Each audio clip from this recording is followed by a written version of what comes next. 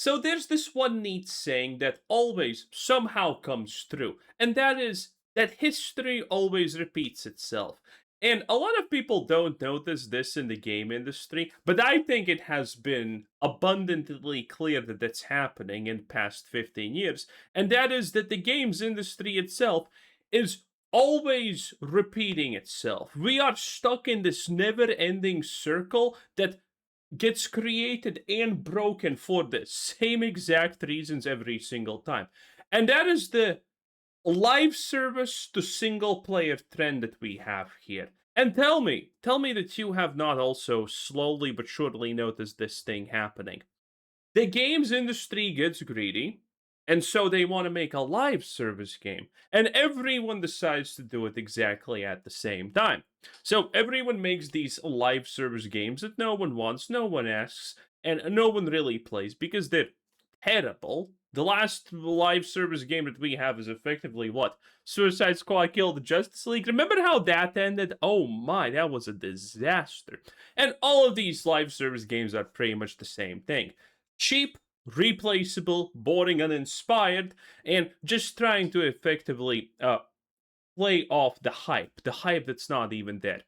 And then inevitably, in the roughly time span of 5 to 7 years, all of these live service games collapse, get obliterated. Every studio that made them gets shut down or something like that happens.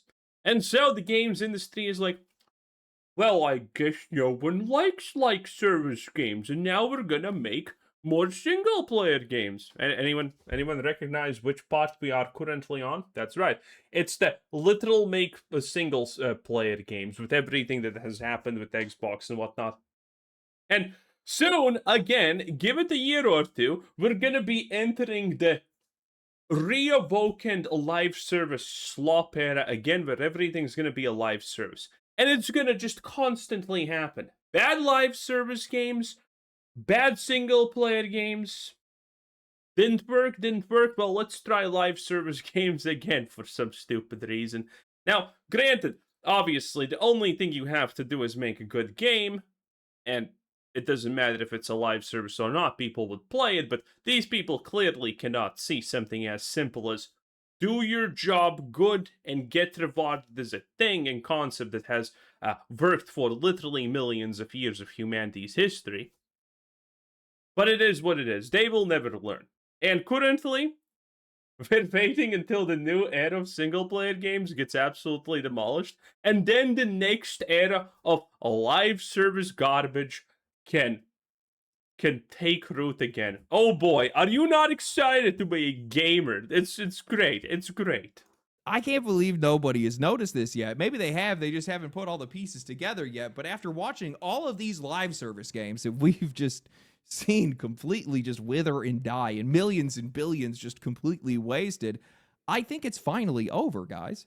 Seriously. After watching all the game announcements that we had seen over the past couple of months, I realized that they were almost entirely devoid of live service games outside of the notorious few that we see every single year. Call me crazy, but I think that these guys have given up. Not all of it, obviously. I mean, there's still plenty of live service games that are.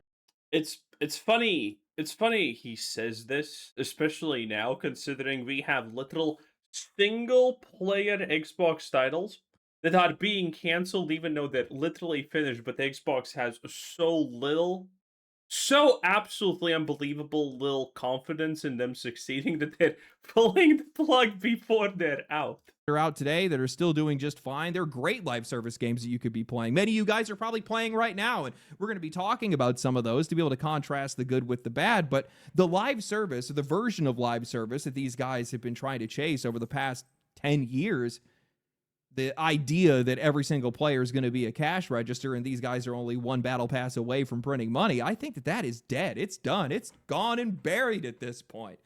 And it's their fault.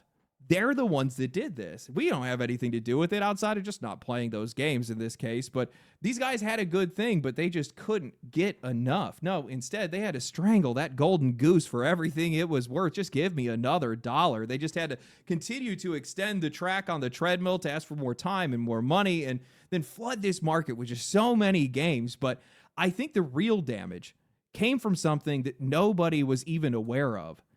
These guys got exactly what they wanted. While they definitely, without a doubt, exhausted quite a lot of us, myself included, they trained people to be insatiable, to make it where no amount of content would ever satisfy them. And by doing that, they That is true, and that unironically, we have actually spoken about this before. And the takeaway here is the fact that this has made live service games untenable. There is absolutely no way live service games can create enough cash at this point to satisfy the average normal consumer. Because if you have a live service game and it doesn't get a major update every literal month or two, yeah, your chances of survival are close to nothing, honestly, at this point. Like, everything that has been done with the live service milking is insane. And it all has pretty much come down to the fact that players need to be wined and dined with content every almost nanosecond. And if that doesn't happen, you don't have a chance at survival. And this is what's happening. essentially put the developers on a treadmill. And now this entire industry is getting skinny. We have seen a massive resurgence and focus into single-player games with stuff like Crimson Desert, Resident Evil 9, Pragmata. Hell, even Rockstar is out here having the confidence to invest over $1 billion into what is still, at its core, a single-player game with Grand Theft Auto 6. So imagine my surprise when I hop online and I find out that after going 1-12 with live service games, having the most high-profile live service failure in history and shutting down Destiny 2, PlayStation has somehow confirmed that Base, Disney deserves to be shut down at the end of the day. It's just garbage. they plan to revitalize the market with more live service games because they believe that they are the future. And I thought that my first reaction would be, how have you not learned your lesson yet?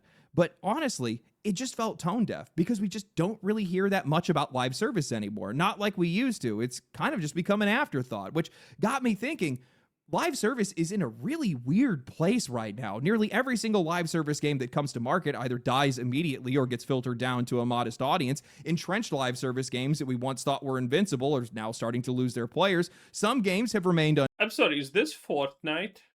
I kind of like it. unchanged, and then somehow at the exact same time, we have Destiny 2 that just fell out of active development, but it's also reaching the healthiest place that it's been in for almost 2 years. And that brought me to a realization. The version of live service, the version of a successful live service game that we want is still very much alive. The version the industry wants is effectively dead. Now, I don't want to Oh, no. This, I don't think this is true, okay? I think we just need to get rid of the activists in gaming, and suddenly live service is actually great again. Destiny lost, Destiny died at Lightfall. A literal expansion that's only meaning and pretty much story was, hey, look at that, every character you know is canonically gay. Yay! Aren't you happy? Yes, that killed Destiny. Without the intrusive, no one cares agendas, DEIs, Anita Sarkeesian, Zoe Quinns, and Sweet Baby Inc., a lot of these games would actually be pretty good. Destiny again just got completely shreked by its own hubris at the end of the day. The fact that they hired these people and they never got rid of them. A lot of companies are currently paying the price. World of Warcraft, Bethesda with Elder Scrolls Online. Everyone's paying the price for this. say that live service is flat out dead because that really wouldn't be accurate to say. Plenty of these games are still doing fine. Grand Theft Auto Online still dominates. Counter-Strike 2 and Dota 2 are still massive. Fortnite is not going anywhere anytime soon. And we're also seeing games like Path of Exile 2, Dead by Daylight, and Warframe grow, break records, or just keep raising their floor year after year. Yeah, we've watched this. My cousin that's 14 was yesterday here, and he told me that Rust. Have you seen what's happening with Rust? It has like 200k daily players currently. Now, granted, all of them are literally Russian, but still, that's a lot of players. Most successful live service games that we're seeing right now are either maintaining, slightly declining, or growing slowly over time. Not explosively, methodically, incrementally, brick by brick in most cases. But the one thing that almost all these games also have in common is time. If you guys actually go down the list of the biggest live service games that are out right now, nearly every single one of them came out between 2012 and 2017, with only really a few outliers. Path of Exile 2 being one of them, but that's really just an extension of their previous game, which is still killing it even today. The ones that came out after that, for the most part, man, it is a graveyard. I took the time to really look into this, and honestly, man, I think the numbers would shock a lot of people. The estimate is not going to be completely bulletproof because I'm also going to be counting in games that are considered anything live service, so whether that's a gacha game or a first-person shooter, but I found that roughly 160 live service games are either on live support, actively failing, canceled, or completely dead just from the past 5 years. And most of them are dead. Interesting. This does not look like a statistic, which is good. We're talking about billions of dollars being lit on fire, and most of these games weren't even high-profile failures. Hell, most of you guys wouldn't even know what half of these games even were. Spellcaster Chronicles from Quantic Dream, We know what that is. That was absolute abhorrent garbage. Last Flag from the band Imagine Dragons. We also know what this is. For whatever reason, Wildgate got shut down the other I don't think I talked about this day, and I had never even heard of it. And yeah, no, I have not talked about this one. But this is woke slop. it's going to be easy to point out some of the individual problems with each one of these games: bad marketing, bad concept, terrible character design, whatever it might be. And some of that stuff is true and well worth calling out when it is, but part of this is honestly just saturation. Over 19,000 games released on Steam alone in 2025. It's not exactly surprising that some of these games just flat out disappear. A 2025 survey showed that 60% of players only buy 1 or 2 games a year, and only 14% actually buy once a month. That's 12 out of 19,000. Yeah. Yeah, we know this. This is pretty insane. But granted, a statistic like this is easy to misunderstand because keep in mind, we're literally talking about a market that has how many gamers are there in the world? I think the number is, if you're being super rough with your estimates, I think that number was like 300 million, which needless to say is obviously way higher than that. But that is alone a super rough estimate. So there's literally 300 million of sales to go around if a single person just buys 1 copy a year. That is still a very functional market where you do not even come close to the concept of there's not enough consumers. No, you just need to make a good enough product. Games for the people that are buying the most games. That is like a 0.06% odds. You have better odds pulling a 5-star in a gacha game than you do getting somebody to play yours. And live service only makes that problem even worse because these games aren't just fighting for a single sale, they're fighting for a routine, time, attention, habit. There's only so much of that to be able to go around, and every single new live service game that enters into the market is just lowering that ceiling for everybody else. This has always been my biggest criticism against PlayStation wanting to release 12 live service games in just 3 years, because even if those games were good, they would just end up cannibalizing all the other games that they release. So yes, saturation is definitely going to be part of it. There are just too many games, too many live service games. No, I just think that's a cheap excuse that the AAA industry actually uses to say, oh, we're not idiots, we're not failures, we actually know what we're doing. No, you don't. You make garbage after garbage, and then you wonder why their garbage is not selling. Too many demands for people's time and just not enough players and time to be able to go around to give everything a chance. But I don't think that's the whole story. There is something else driving this, and I just don't think that people have realized it yet. I mean, look at the 4 most popular live service games that have been released in the past couple of years. You got Helldivers 2, Marvel Rivals, Battlefield 6, and Arc Raiders. All of them found incredible success early on, and all of them lost. Yeah, I mean, these games literally, by the way, prove. Before he said I wanted to bring up Helldivers. Not Helldivers, but Arc Raiders. Arc Raiders is a super easy show of success. A super easy example that what I say previously is true. Because extraction shooters were never even considered to be capable of garnishing numbers like Arc Raiders did, let alone for the absolute insane amount of time that it was popular. No one thought that these numbers were possible, and no one thought that they could even last this long, but they did. Both things that were considered impossible by the games industry prove to be very much possible if you just make a good enough product.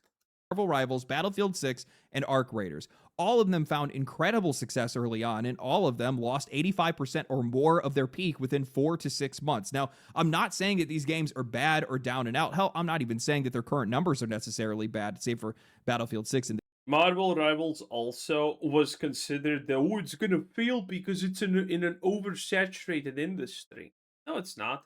this case. Those guys definitely need to pick that up. But it's really hard to ignore a drop off this massive, especially when these games are supposed to be forever games and they're being made to be temporary almost immediately.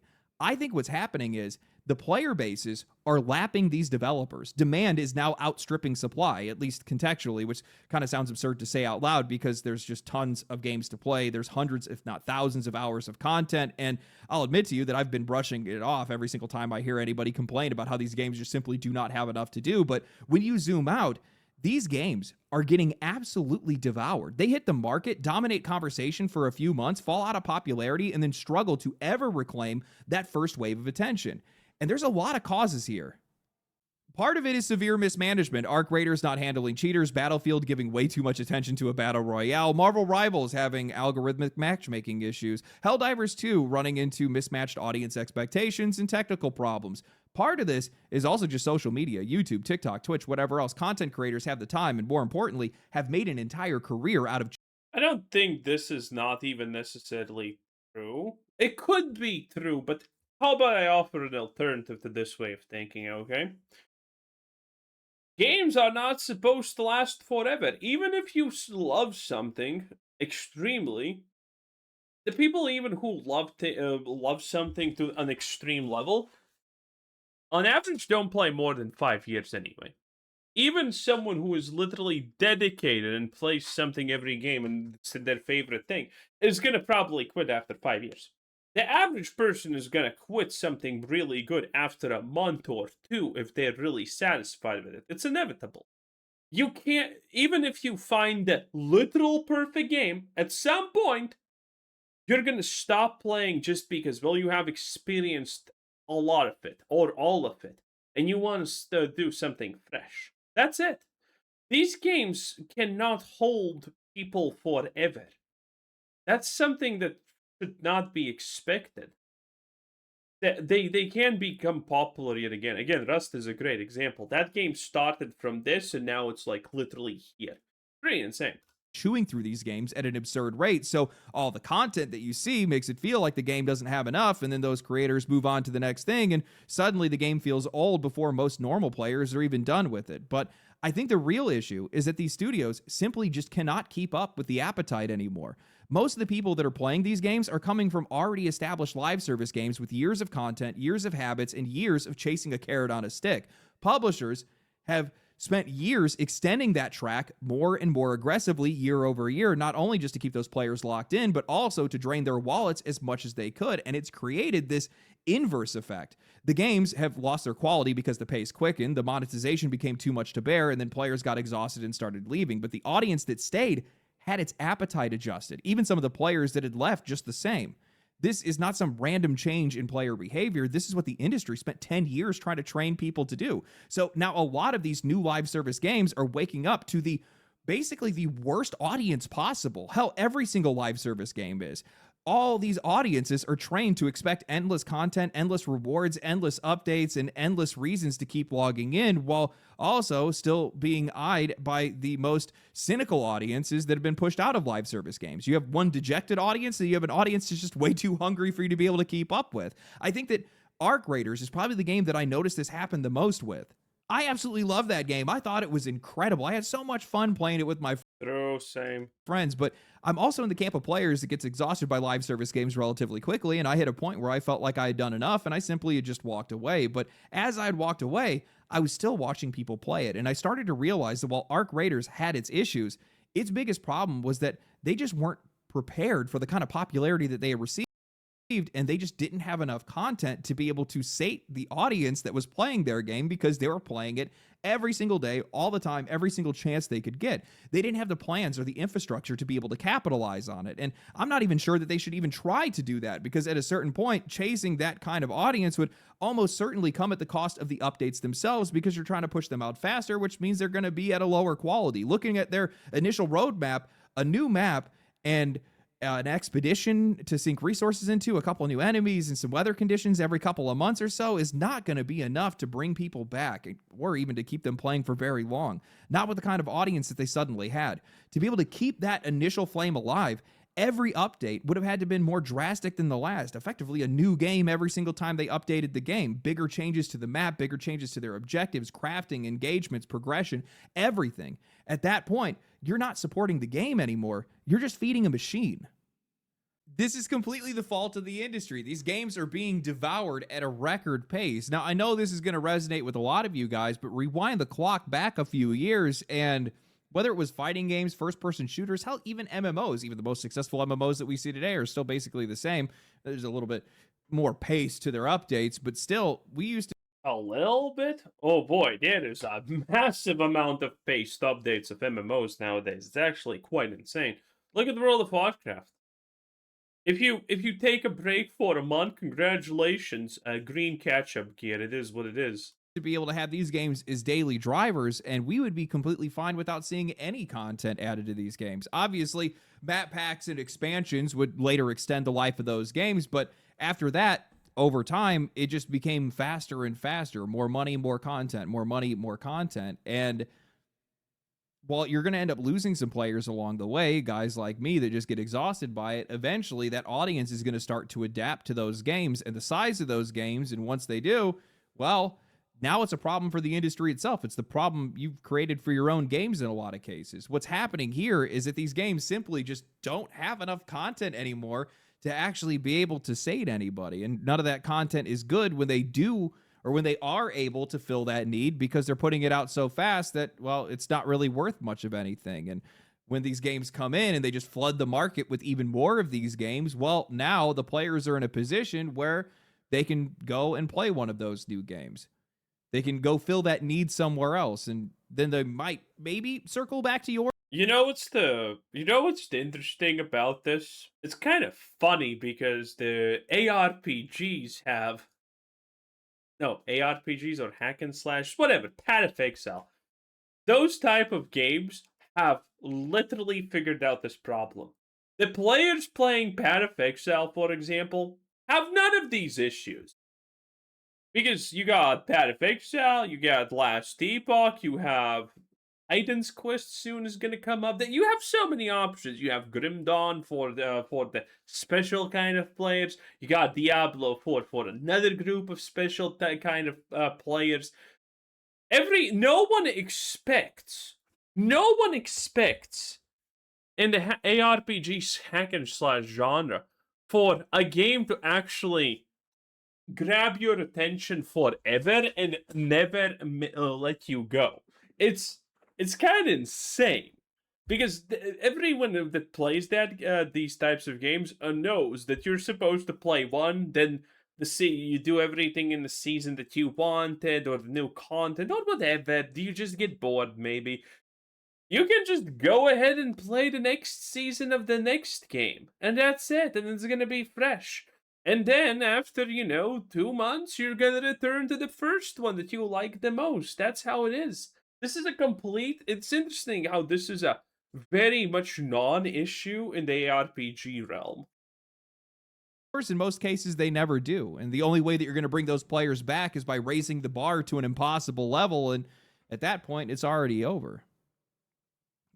I think back to the days of like World of Warcraft and stuff like that. And this is usually, or not usually, this is actually still today how a lot of these games run. Even Final Fantasy is the same way. Look at how long those games have been going.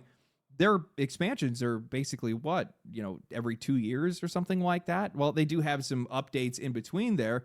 It's usually staggered out quite a lot.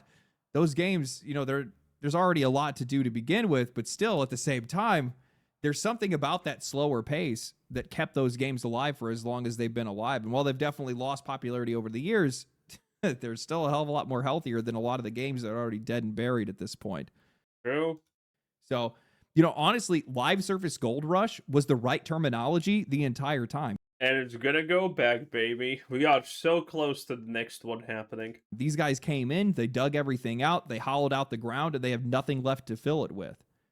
It was always destined for failure. It was a self-fulfilling prophecy of greed in this case, and it was always going to collapse in on itself. But that doesn't necessarily mean that success doesn't exist in live service. It very much does. And I think that the games that are going to find the most success and the games that are finding the most success aren't the games that are exploding immediately to these massive player numbers and trying to hold on to them. No, it's the ones that start off small and then build themselves out brick by brick. When I look at all the live service games that are still around and a lot of the ones That's interesting to say, considering Legendary drops friend of the channel, great guy. He calls me every day. He tells me about his plans, and then I tell him what's a better plan. Great guy, great guy. Love him. Friend of the channel, obviously. It's kind of strange saying that you need to start small when your previous segment in the video was like, small doesn't work because gamers expect everything to be massive. that have come and gone. I think the most successful version of live service isn't the game that explodes to hundreds of thousands of players or even millions of players and then tries to flood them with as much content as possible. It's the games that never aim to be big, start small, build slowly, and then set the right appetite from the beginning. And the best, and honestly, probably the most fascinating example of all of this is actually Warframe. Now, Warframe is not the most popular game. It has had its moments of wild popularity. Yeah, it is pretty popular. It's actually, it's averaging 50k players at this point? But its life is basically the inverse of nearly every live service game in all of existence. Most of these games explode, plateau, and then decline. Warframe started out... Oh, what the hell? 85? I thought it was 50. I swear we looked at the graphs and it was... Well, we looked at... Oh no, it was 60. Wow, that's more. That's a lot more than I remember. Honestly, and then for now over a decade, the game has just continued to raise its floor year over year. And it did that by effectively doing the exact opposite of everybody else in the industry. Warframe has updates and expansions, but all that content is completely free. It doesn't expire, and more importantly, it all remains relevant. It has a battle pass, but the battle pass is completely free. It has microtransactions for cosmetics, materials, weapons, hell, even the Warframes themselves. You can buy anything you wanted in the game, but all of it, if not most of it, is completely earnable in the game just by playing it, or if you want to, you can get it through their player-driven economy, which you also get through just by playing the game. The point is that Warframe is almost entirely stripped of FOMO. The carrot isn't on a stick. It's handed to you, and then you choose when you want to eat it or when you want another one. I cannot tell you guys how inviting and comfortable of a feeling that is. It's almost familiar in a way, like single or multiplayer games from like a decade ago, where you still get to share the experience with everybody else, but you get to take it at your own pace. And more importantly, in this case, well, the developers get to take... Bro, this is just some peak fucking gameplay, okay? If you never want to play Warframe after seeing this gameplay right here, okay, no one would blame you. Get at their own pace, too. Digital Extremes is a very strict whenever it's ready approach to their updates. There's no hard roadmaps, no hard dates that they set. It's just kind of flying by the seat of their pants. They usually have an idea of when they want to get something out, but they don't rush themselves to hit a specific deadline because they recognize that that's unfair to both themselves and the players. And while Warframe has had plenty of issues with updates in the past, and not every single update's going to be a hit, their consistency with aiming for quality over speed and quantity has conditioned their audience to be more patient, more casual, and more excited when new content finally does drop, giving these guys something to actually look forward to. I've been playing a lot of Destiny recently after its final update, and now that there isn't a clear future for the game, or even if the future is that it's actually just over, it has honestly been the most fun that I've had with Destiny in a long time. There is so much content to play, and I'm in no rush to complete it. I'm not holding my friend. So much content after 90% of the content getting vaulted. Sunsetted, I mean. Lamau. Back by not being able to be online every single day, and we're just kind of just having fun with it. And I think a lot of people feel the exact same way. It's why the game, without any new content being added, is averaging the highest player numbers it's seen in almost 2 years. And it makes me think that Destiny should have been a lot more like Warframe, not in a literal sense, but in a sense that the objective should have never been speed, profit, and a strict schedule. It should have been quality, efficiency, and just trying to do something cool. I had a talk with Asdacross, one of the biggest content creators for Destiny, and he was talking about As the cross. Wow. about how there were all these things that players had asked for, and how Monument of Triumph showed that the company was listening to them, and how hard it was to get certain things greenlit. He was talking about some horror stories from some of the developers, and I came to this realization in that discussion. All of the horror stories from Destiny is literally wokeness. There was this article, I didn't cover it, but it was about pretty much every. I think it was Destiny. Maybe I'm wrong. But this is probably, if it's not, it was, if it wasn't about Destiny, you can probably associate with it Destiny. But the fact that because of the cultural, hostage that's happening with these games, you can't actually get good updates in something like Destiny because you can't just make an update that's good. You need an update that's inclusive, and then maybe it's good. So everything good that you make is always going to have this shitty veneer of wokeness above it. And Destiny is one of those prime games and examples of this happening. That these teams that are built to optimize for speed and monetization cannot fix the things that players actually need fixed, and they can't add the things that players actually want. Not because the developers don't care, but because the business itself is just not built for it anymore. I mean, something as simple as setting up a test dummy still takes developers, designers, artists, engineers, and sound designers, and also, more importantly, time. And that's all going to cost these guys money. So management is going to ask these guys, well, what kind of return are we going to get on this when we should have these people working on monetizable content instead? And while these companies do understand that goodwill has value, they can't put that on a spreadsheet. So oftentimes they just throw it on the back burner, or they just forget about it entirely. And the faster and more aggressive that these games get, well, the faster they fall apart because they no longer have the time to be able to support them properly, maintain their balance, and build things that people actually want to be able to make those players stay, which kind of brings us up to another issue. One of the reasons why these live service games won't slow down, even though they need to, is because, well, slowing down is antithetical to their own goals. They want player numbers to be as high and as static as possible. So they want to reach every single player they possibly can while also keeping them on that track forever. And they try to accomplish this. They try to accomplish both. And because they do that, well, it will never work. One of the biggest strengths of games like Warframe or Path of Exile is that they obviously want their games to be popular and they want to make revenue. They need revenue, but they're comfortable with just focusing on the audience that they already have. They don't overextend. And more importantly, well, they are okay with their players leaving and taking a break. Warframe bucks nearly every single modern trend out there. It is such a weird game, but they just fixate on their core audience and what their core audience wants. And while that naturally separates them from wider audiences, the people that do like the game absolutely love it.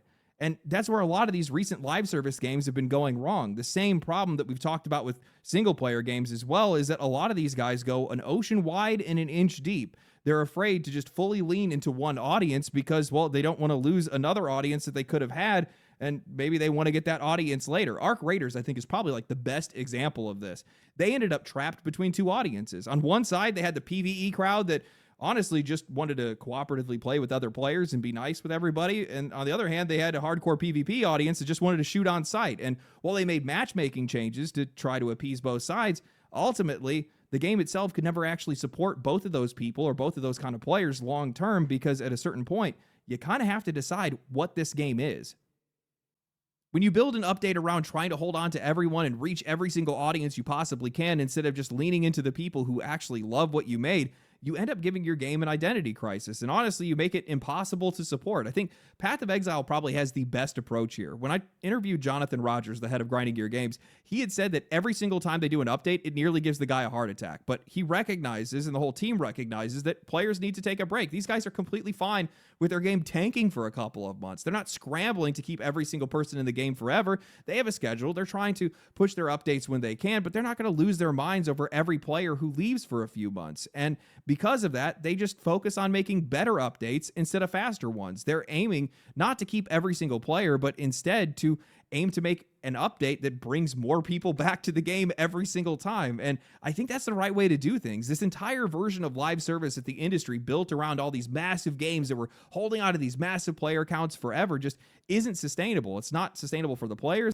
Path of Exile 2 is also trying to make people actually play the game longer, obviously.